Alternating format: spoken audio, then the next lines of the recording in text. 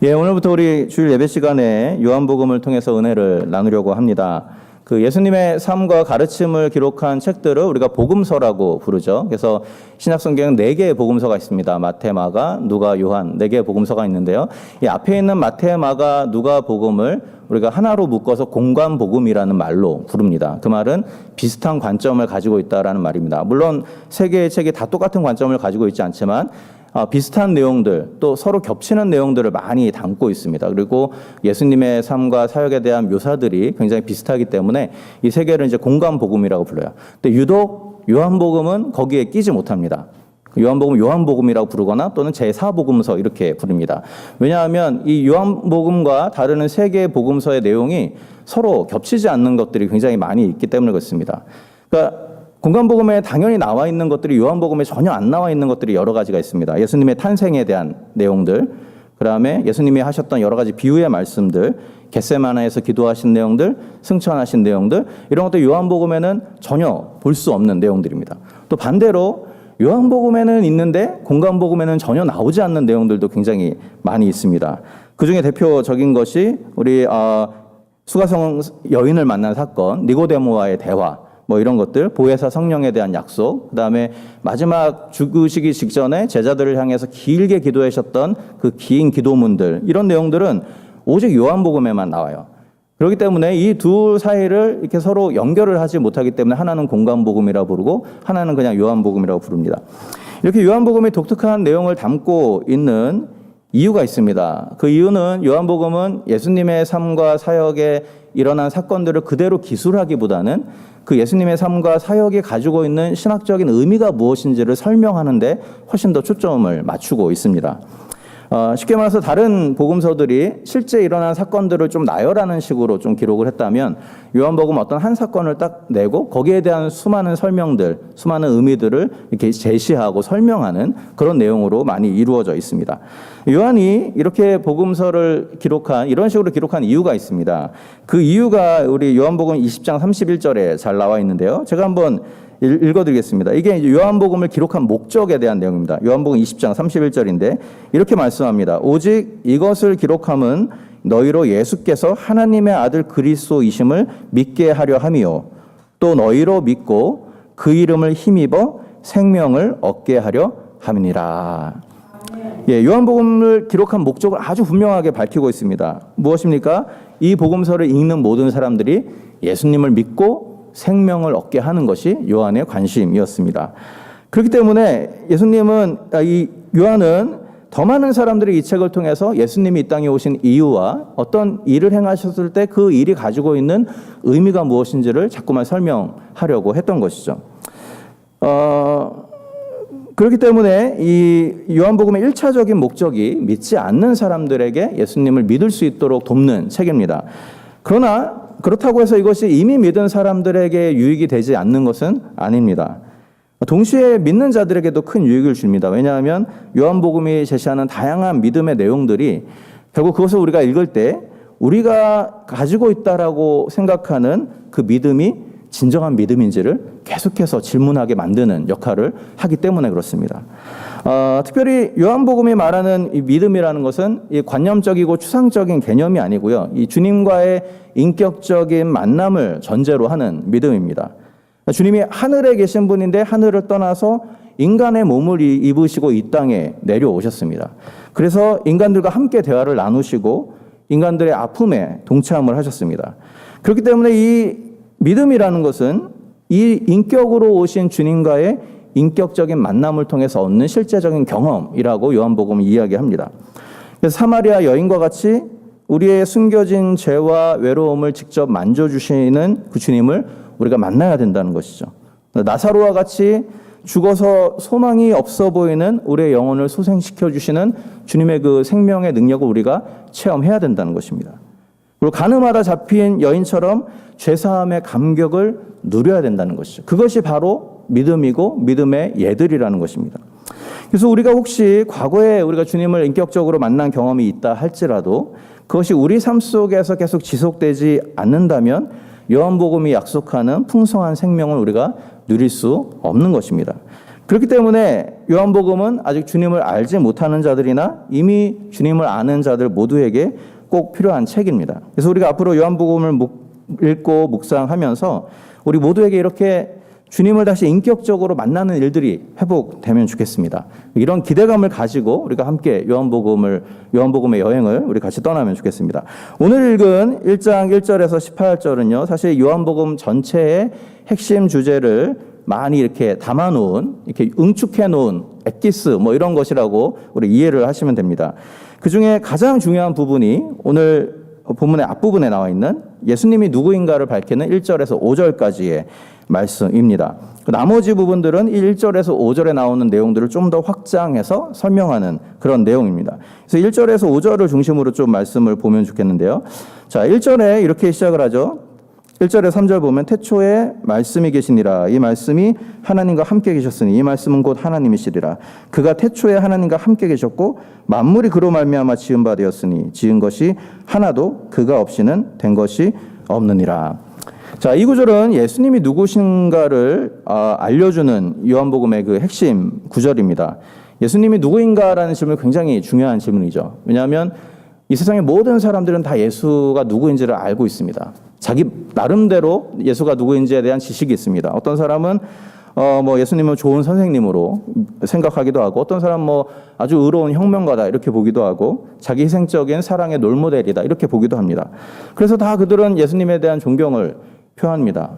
그래서 교회를 다니지 않는 사람도 교회를 안 다니는 이유가 무엇입니까? 예수는 좋지만 예수 믿는 사람들이 별로 안 좋아서 교회를 안 다닌다 이렇게 말하는 사람들이 굉장히 많이 있습니다. 그들의 마음속에 예수님에 대한 좋은 생각이 다 있는 거죠. 근데 그들의 한계는 무엇입니까? 예수님을 그저 하나의 위대한 인간으로 생각한다는 데 있습니다. 요한복음은 이러한 생각을 배격하면서 아주 담대하게 1장 1절에 이렇게 선언을 하죠.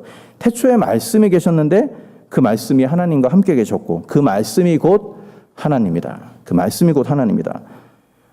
이 말씀이 무슨 뜻인지 이해하는 가장 좋은 방법은요, 우리가 창세기 1장을 한번 보는 겁니다. 한번 성경 있으신 분들 창세기 1장을 한번 펴보시죠. 창세기는 찾기 쉽죠. 우리 성경 맨 앞에 있으니까요. 구약 성경 맨 앞을 펴시고 창세기 1장을 한번 펴보시고요. 창세기 1장 1절에서 31절까지 있는데요. 다 펴셨습니까? 예.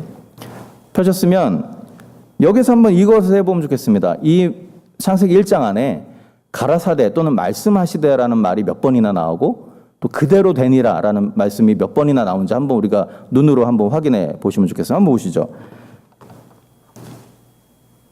어디 나옵니까? 3절에 가라사대, 그죠?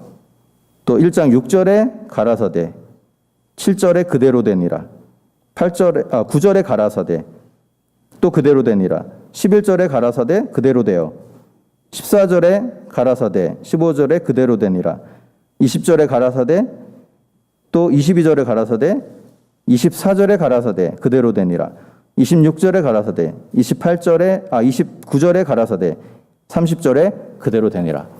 자, 하나님이 천지를 창조하실 때 무엇으로 창조하셨습니까? 말씀으로. 예. 말씀을 하시니까 말씀한 것이 그대로 됐습니다. 그게 천지 창조입니다. 하나님이 말씀하신 것이 성취됨으로 말미암아 천지가 다 이루어지게 된 것이죠. 그런데 이 요한복음은 바로 이 창세기 1장을 가져오면서 이렇게 설명하는 겁니다. 그때 하나님이 말씀하셨던 그 하나님의 말씀이 바로 누구라고요? 예수님이다라고 말씀합니다. 그렇기 때문에 예수님은 하나님이 지은 존재가 아닙니다. 인간처럼 하나님에 의해서 창조를 받은 존재가 아니고 그때 하나님이 천지를 창조하실 때 그때 이미 계신 분이십니다. 그때 모든 천지는 모든 이 땅의 모든 창조의 사역에는 예수님이 동참을 하셨습니다. 하나님이 모든 것을 말씀으로 지으셨기 때문에 이 세상의 어떤 만물도 예수님이 아니고서는 존재할 수 없습니다. 그래서 예수님은 이 모든 만물의 생명의 근원이신 것이죠. 바로 이것이 오늘 방금 읽었던 요한복음 1장 1절에서 3절이 설명하는 바입니다. 우리의 생명의 주인이 바로 예수님이라는 거죠. 그런데 이어지는 4절, 이 요한복음으로 다시 넘어가세요. 요한복음 1장 이어지는 4절에서 5절을 보면 그 생명의 주인이신 예수님이 그냥 우리의 창조의 주인으로만 머무는 것이 아니고 우리의 구원의 주가 되신다라는 말씀을 여기서 설명을 하고 있습니다. 그래서 1장 4절에서 5절에 이렇게 말을 하죠. 그 안에 생명이 있었으니 이 생명은 사람들의 빛이라. 빛이 어둠에 비치되 어둠이 깨닫지 못하더라. 그러니까 태초에 생명을 있게 하신 그리스도께서 이제 죄로 말미암아 어둠 가운데 있는 이들에게 생명의 빛을 비추기 위해 오셨다라고 말씀합니다. 자기에게 생명이 있었는데 그것을 혼자 가지고 있지 않고 이 생명이 죄악된 인간에게 흘러가도록 만드셨다는 것이죠. 그래서 어둠을 비추는 빛으로 이 땅을 비추셨다라고 말합니다. 그런데 오늘 본문에 보면 정작 어두움은 자신에게 생명을 주기 위해 오신 그 빛을 깨닫지 못합니다. 그래서 5절에 이렇게 되어 있죠. 5절에 빛이 어둠에 비치되 어둠이 깨닫지 못하더라. 자, 깨닫지 못하더라 이렇게 써 있는데요. 여러분 아마 대부분의 성경에 나와 있을 거예요. 거기 보면 가로, 깨닫지에 가로하고 각주가 달려 있습니다. 그리고 밑에 보면 그 각주 번호를 찾아보면 이렇게 되어 있습니다. 뭐라고 되어 있습니까? 혹 이기지 못하더라. 이 말은 뭐냐면 이 깨닫지 못하다라고 쓰여진 원래 헬라어 단어의 뜻이 이기지 못하다라는 의미가 있다는 겁니다. 제가 보기에는 이기지 못하다로 번역하는 게 훨씬 더 맞다고 생각이 되어집니다. 원래 그 기본 의미가 그렇기 때문에요. 자, 그렇다면 오늘 본문이 말씀하는 뜻은 어둠이 빛을 인지하지 못했다라는 말이라기보다는 빛이 임하자 어둠이 빛을 도무지 이길 수 없었다라는 의미가 되는 것입니다. 그러니까 다시 말하면 생명이신 그리스도의 빛이 어둠 가운데 비춰졌기 때문에 더 이상 어둠은 그 빛을 이길 방법이 없어졌다는 거죠. 그러니까 어두운 방 안에 촛불 하나만 켜도 모든 어둠은 물러가게 되어 있습니다. 그러니까 마찬가지로 어둠은 결코 빛을 이길 수 없고 결국은 빛의 정복을 당하게 되는 것이죠. 그래서 그리스도께서 빛으로 세상에 오셨다라는 것은 이 땅에 있는 모든 어둠을 그리스도께서 정복하셨다라는 의미를 가지고 있습니다.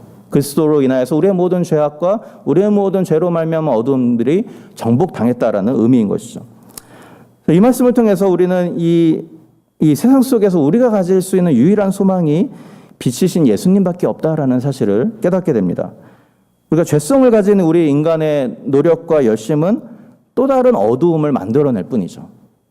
우리가 뭔가를 열심히 해도 계속해서 어두움만이 생산될 뿐입니다. 물론 열심히 살아야죠. 열심히 일도 하고 열심히 교회도 섬기고 해야 되지만 그 열심이 우리만의 열심이라면 결국 우리의 열심으로 만들어낼 수 있는 것은 죄의 열매밖에 없다는 것이죠.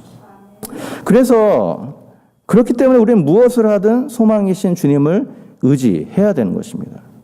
그래야만 어둠 때문에 생겨난 우리의 깨어진 삶이 회복될 수 있는 것이죠.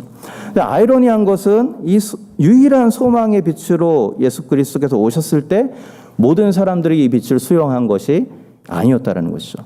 이 빛이 사람들의 눈에 보여지는 형태로 왔습니다. 그래서 오늘 본문에 보면 6절에서 8절, 15절에 보면 세례 요한이 이 빛에 대해서 증거했다라는 말이 나옵니다. 이 말은 하나님이 미리 세례 요한을 보내셔서 사람들이 예수님을 준비할 수 있도록 기회를 허락하셨다라는 말이에요. 그럼에도 불구하고 많은 세상 사람들은 이 빛이 왔을 때 빛을 영접하고 환영하지 않고 도리어 거부하게 되죠. 그래서 오늘 9절에서 11절에 이렇게 이야기를 하죠. 그가 세상에 계셨으며 세상은 그로 말미암아 지은 바 되었으되 세상이 그를 알지 못하였고 자기 땅에 오매 자기 백성이 영접지 아니하였으나. 자, 아까 창세기에서 본 것처럼 이 세상에는 모든 것들은 인간을 포함해서 다 예수님을 통해서 창조된 자들입니다. 그래서 우리의 주인은 예수님이죠. 그런데 우리의 주인이신 예수님이 왔는데 사람들이 그 예수님을 환영하지 않습니다. 도리어 배척합니다. 단순히 배척하는 정도가 아니고 심지어는 증오하고 죽이기까지 했죠. 자, 왜 그랬을까요? 기본적으로 어둠은 빛을 싫어하는 속성이 있기 때문에 그렇습니다. 칠흑 같은 어둠 속에 있다가 우리가 갑자기 빛으로 나오면 어떻게 됩니까? 눈이 부셔가지고 눈을 가리게 됩니다. 그리고 또 우리가 어떤 골짜기 같은데, 계곡 같은데 가서 큰 돌을 이렇게 뒤집으면 뭘 볼 수 있죠?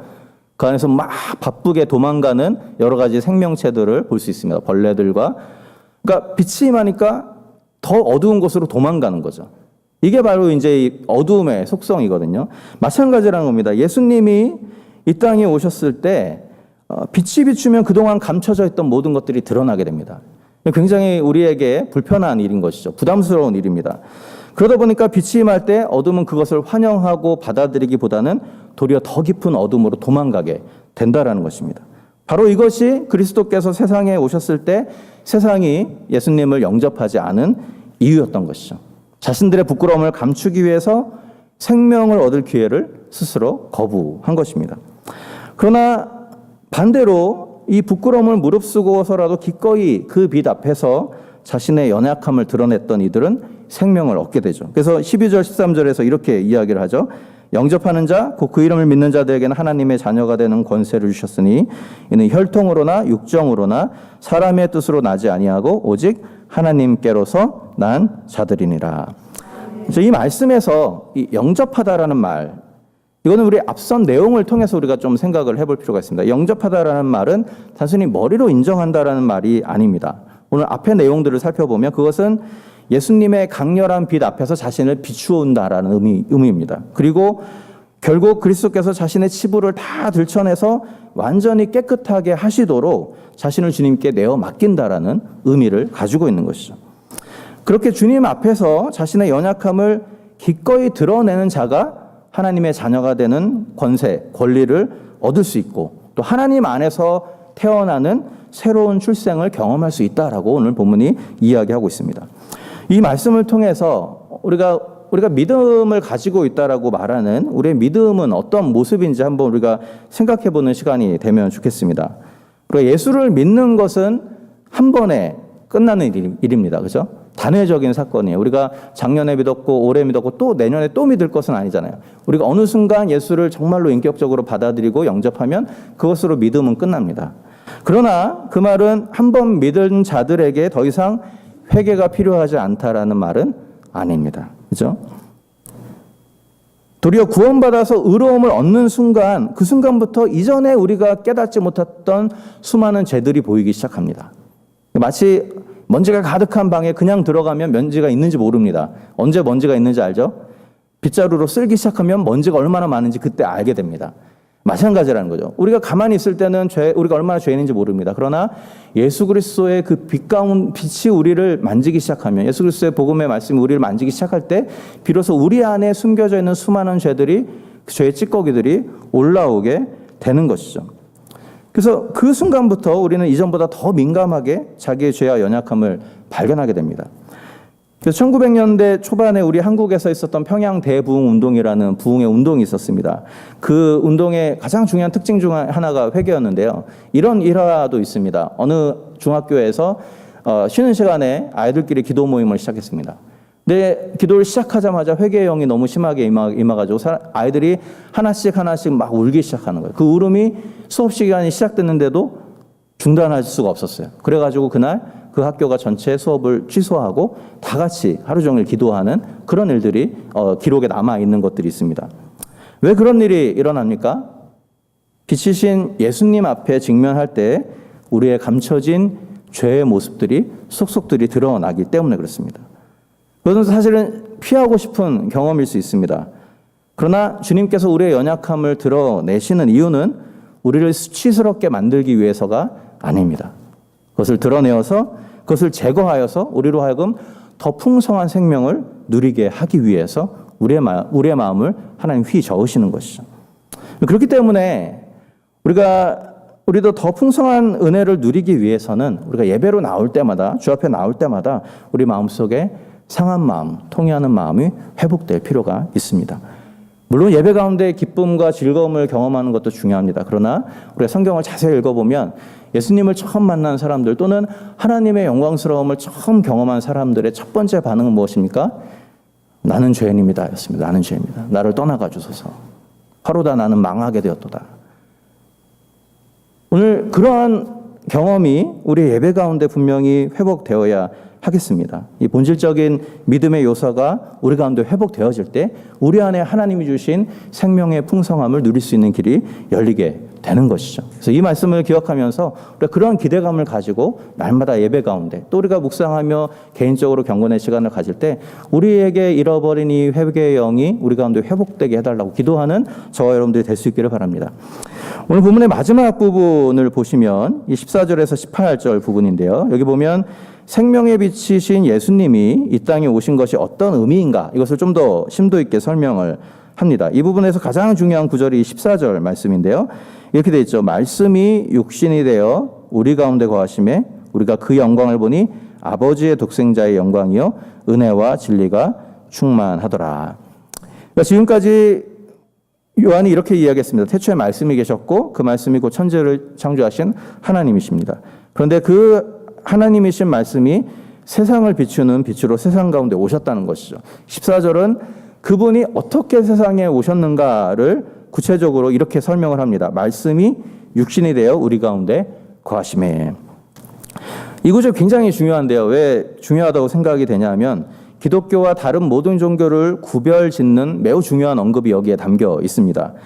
이 세상에 수많은 종교들이 있습니다. 수많은 신들이 있습니다. 그런데 대부분의 종교들은 신의 인간을 먼저 찾아오는 것이 아니고요. 멀리 있는 신에게 인간이 여러 가지 방편을 사용해서 찾아가려고 하는 것이 일반적인 종교의 모습입니다. 그래서 기도도 하고 굿도 하고 빌기도 하고 여러 가지를 하는 거죠. 수행도 하고. 그러나 성경이 말하는 하나님은 그 반대의 일을 하시는 것이죠. 죄악된 인간은 도리어 하나님을 받아들일 준비가 안 되어 있습니다. 하나님을 거부합니다. 그런데 그렇게 거부하는 사람들에게 자신과 동일한 하나님의 아들이신 예수님을 육신을 입고 이 땅에 오게 하셨다라는 것이죠. 그래서 오늘 본문이 말씀이 육신이 되어 우리 가운데 거하심에 이렇게 설명을 합니다. 자, 우리 가운데 거하다라는 단어가 중요한데요. 이 원래의 말의 의미는 장막을 치다라는 뜻입니다. 그래서 구약 성경에는 이 단어가 어떻게 사용되냐면 성막 있죠.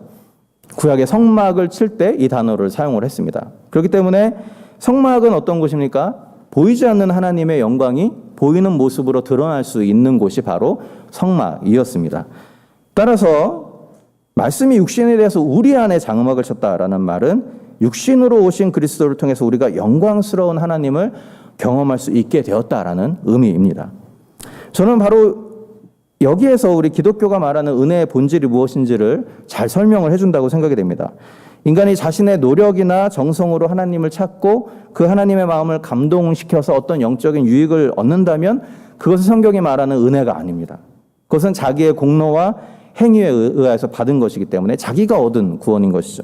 성경이 말하는 구원은 반대이죠. 아무 자격이 없는 준비되지 않은 사람들에게 갑작스럽게 임하는 은혜가 바로 성경이 말하는 구원의 은혜인 것입니다.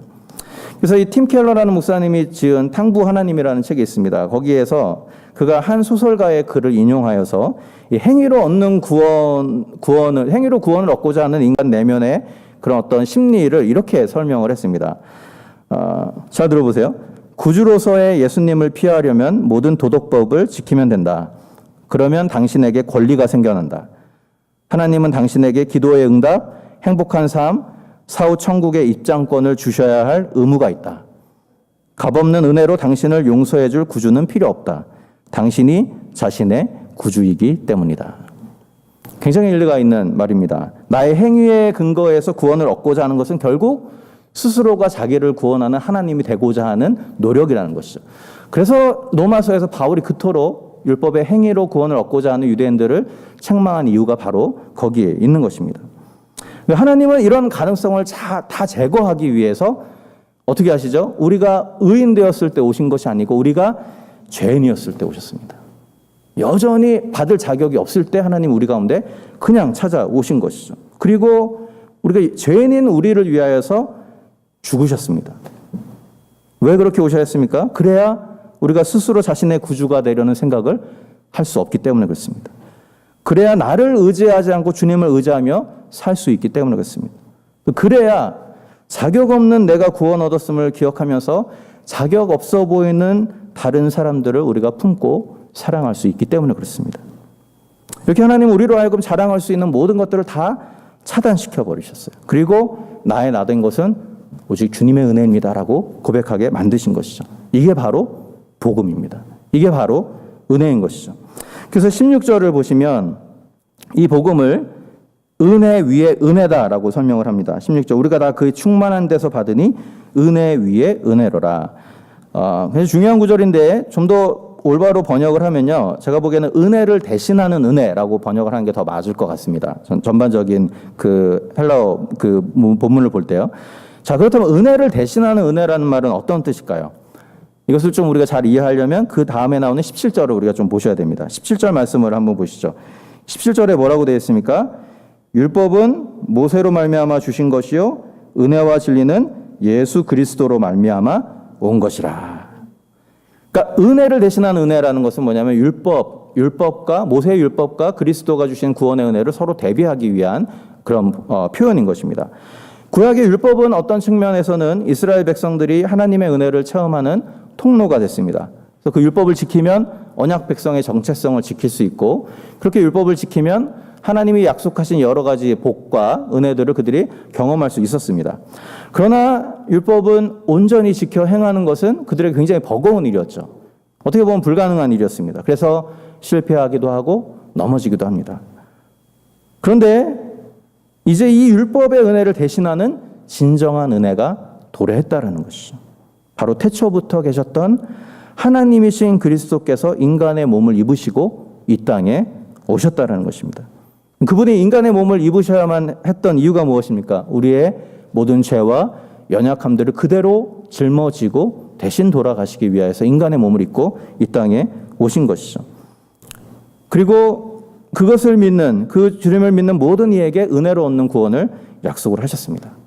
그래서 이 구원의 은혜가 우리에게 주시는 위로가 무엇입니까? 이제 더 이상 우리는 우리의 연약함을 염려할 필요가 없는 것이죠. 우리의 실패를 두려워할 필요가 없는 것입니다. 그 모든 것은 이제 이미 십자가와 함께 십자가에서 주님과 함께 못 박혀 죽은 것이죠. 율법이 하지 못하던 것을 그리스도께서 완성하셨습니다. 그래서 은혜를 대신하는 은혜라고 말을 하는 것이죠. 혹시 우리 이 자리에 아직 이 구원의 은혜를 경험하지 못한 분이 계시다고 한다면 이 시간을 통해서 그 주님을 나의 주인으로 모셔드리는 여러분들이 되면 좋겠습니다. 그동안 내가 어떻게 살아왔는가, 내가 얼마나 열심히 교회를 다녔는가, 내가 얼마나 선하게 살았는가 다 필요 없습니다. 다 중요한 것이 아닙니다. 그런 것으로는 우리가 하나님의 마음을 충족시킬 방법이 없습니다. 오직 나의 모든 죄를 지시고 돌아가신 그리스도의 피의 값을 통해서만 우리가 용서받을 수 있고 하나님의 자녀가 될 수 있는 것이죠. 이 구원의 은혜가 우리 가운데 임할 수 있기를 주님으로 부탁을 드립니다. 또 한편으로 이미 우리 안에 구원의 은혜를 경험한 분들이 계시다면 우리가 내가 이전에 받았던 구원 받은 것으로만 만족할 것이 아니라 우리의 삶 속에서 계속적으로 나와 인격적으로 만나주시는 주님과의 풍성한 교제가 회복될 수 있기를 바랍니다. 그것을 위해서 기도하고 그것을 위해서 애쓰는 우리가 되면 좋겠습니다. 하나님이 뭐라고 말씀하셨습니까? 하나님이신 주님이 육신의 몸을 입고 우리 가운데 장막을 치셨다. 우리 가운데 함께 하신다. 우리 가운데 거하셨다라고 말씀을 하고 있습니다.